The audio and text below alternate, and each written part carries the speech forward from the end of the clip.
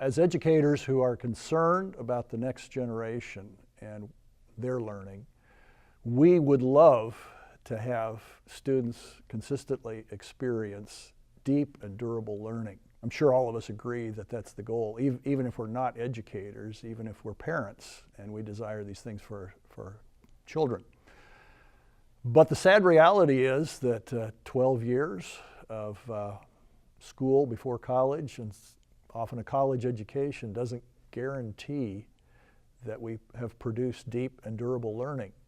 My students seemed to enjoy class. That was a plus. That means I didn't have discipline problems. But the students and I were both frustrated that years later they had very little show for the fact that they had been in my classes.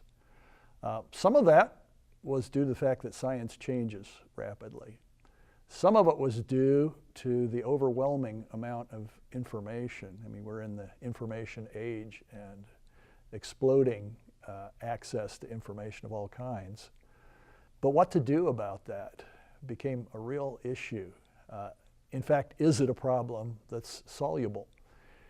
And a group of faculty, including my department chair, would get together informally. This started about 25 years ago, to talk through some of this. And gradually some ideas crystallized. The floodgates kind of opened about what teaching and learning looks like, how to make it deep and durable, how to make it transformative for the students. Teachers need to adopt the perspective of enabling learning rather than learning being simply transfer of information. And that's a fundamental insight, because teachers love to talk about their subject matter.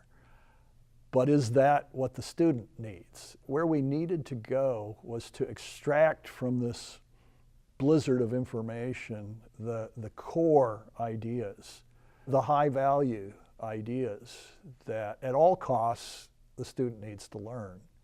And isolating those is no easy endeavor from all of the information that the teacher would like to talk about and all of the things that are available that the teacher would like to add to his course but hasn't previously taught. So extracting those truths and being willing to sacrifice other things is one of the fundamental challenges from the teaching side. If my thinking is clear, which is step one, then I need to engage the student now in doing the thinking. We all learn best by doing. We cannot do the learning for the student. So learning is something that only learners can do. Sounds pretty obvious. Learning is something that then is learned through engagement in the classroom.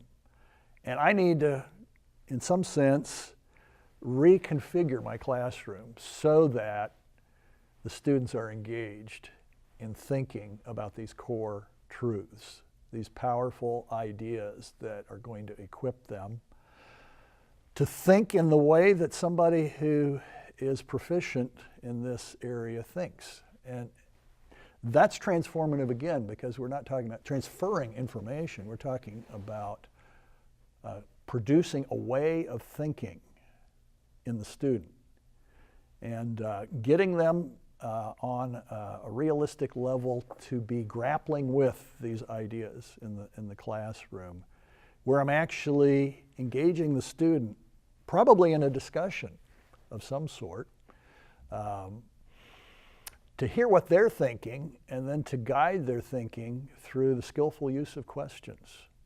They need to be held accountable for the quality of their thinking. So the third phase is actually assessment of some sort.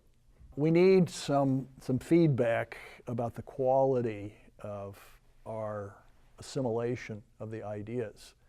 So feedback is a good word, and not a threatening word particularly. I'm not going to know how well I'm doing unless somebody says a little more of this, a little less of that, or maybe a better way to think about that would be to think in terms of this.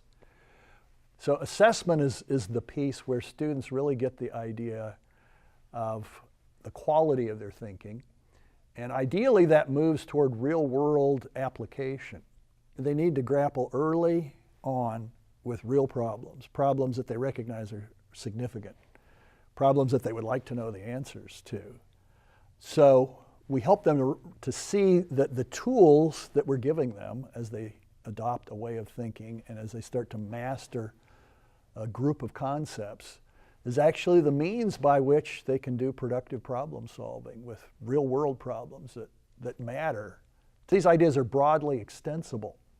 I've recently encapsulated these ideas in a book that I've written on this subject that's titled Unforgettable, which is of course the goal, that this is durable, transformative knowledge that these students have gained as a benefit of the learning process.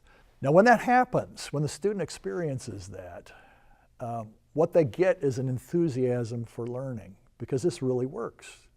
They really feel the power of understanding ideas, and they come to a place where they have an enthusiasm for learning that perhaps they've never had before. An enthusiasm because they recognize they're holding on to the high value things that they've learned, and they recognize other horizons could be opened to them by applying these same principles of learning as they learn to think in other ways. This looks like exploring history from the standpoint of cause and effect rather than names and dates and people, and so on in every area of human endeavor. So what this leads to, it's led to in me and it's led to in my students, is this passion for learning that transforms them into lifelong learners. And that has been my goal all along.